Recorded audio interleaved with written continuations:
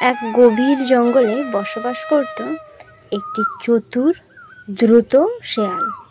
শেয়ালটি ছিল খুব চতুর, আর শুধু চতুরই নয়, বুদ্ধিমান এবং কথার জাদুকর হিসেবে সবার কাছে পরিচিত।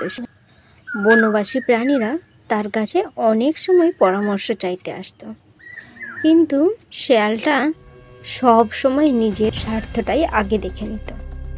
একদিন বনে একটা নতুন অতিথি এলো। সে ছিল একটি বৃদ্ধ কচ্ছপ। বলা হয় সে নাকি বহু বছর বিভিন্ন জায়গায় ঘুরে বেড়ানো নানা রকম জাদুবিদ্যা এবং শিক্ষা অর্জন করেছে। সে যখন বনটিতে আসলো তখন প্রাণীরা খুব উৎসাহের সাথে তাকে স্বাগতম জানাল। সবাই তার গল্প শুনতে চাইলে শেয়াল তখন তাতে মোটেও খুশি হতো না। সে মনে মনে ভাবল, এই বুড়ো কচ্ছপটা এসে আমার খ্যাতি নষ্ট করছে। সবাই এখন ওর কাছে পরামর্শ চাইবে, আমাকে তো আর কেউ পাত্তাই দেবে না। তাই শেয়ালটা ঠিক করলো সে কচ্ছপকে বোকা প্রমাণ করবে এবং বনের অন্য প্রাণীদের সামনে তাকে ছোট করবে। পরের দিন সকালে শেয়াল কচ্ছপের কাছে গেল। সে বলল, ও হে জ্ঞানী কচ্ছপ, শুনেছি আপনি জাদুবিদ্যা জানেন। আমি তো অনেক চতুর, তাই ভাবছি আপনার ক্ষমতা একটু দেখি।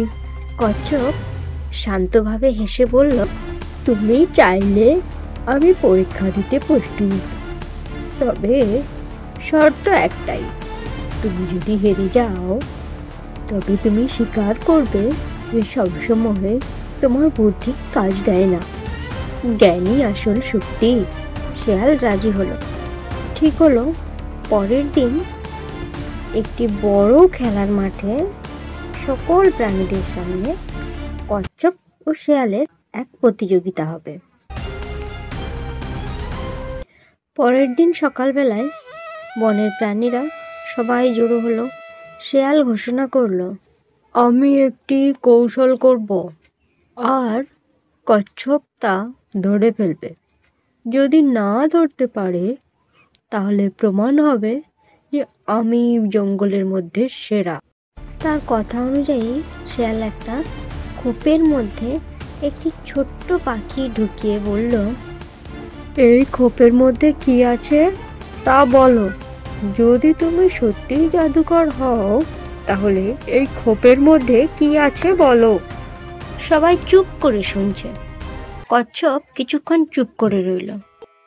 তুমি যদি পাখিটিকে হত্যা করো খোপটি হবে খালি, যদি না করো তাহলে তাতে একটি জীবন্ত পাখি থাকবে। কিন্তু পাখির জীবন এখন তোমার হাতে।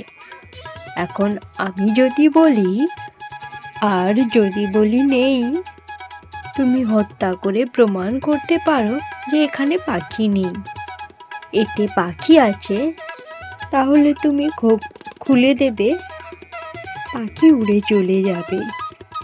তারপর তুমি সবাইকে দেখিয়ে দেবে যে খোপের মধ্যে পাখি নেই।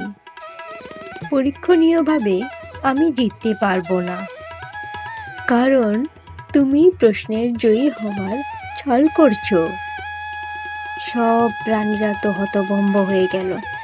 তারা বুঝতে পারল শেয়াল এবার ফাঁদে পড়েছে। এতে শেয়াল যাই বলুক তাতেই ভুল প্রমাণিত হবে। কচ্ছপ আবার বলল, সত্যিকারের জ্ঞান কখনো কাউকে অপমান বা বোকা বানানোর ব্যবহার করা উচিত নয়। জ্ঞান ব্যবহার করা উচিত মঙ্গল আর বোঝাপড়ার জন্য। শেয়াল এবার লজ্জা পেয়ে গেল। সে মাথা নিচু করে বলল, তুমি ঠিক বলেছ, আমি শুধু নিজের খ্যাতি রক্ষা করতে চেয়েছিলাম। আজ বুঝলাম চতুরতা দিয়ে হয়তো কিছু সময়ের জন্য সবার মন জয় করা যায়, কিন্তু সম্মান জয় করা যায় না। বনের পশুরা সবাই হাততালি দিয়ে কচ্ছপকে বুদ্ধিমত্তার প্রশংসা করলো। শেয়াল সেই দিন থেকে বদলে গেল। তারপর থেকে শেয়াল প্রতিদিন কচ্ছপের কাছে যেত এবং জ্ঞান অর্জন করত।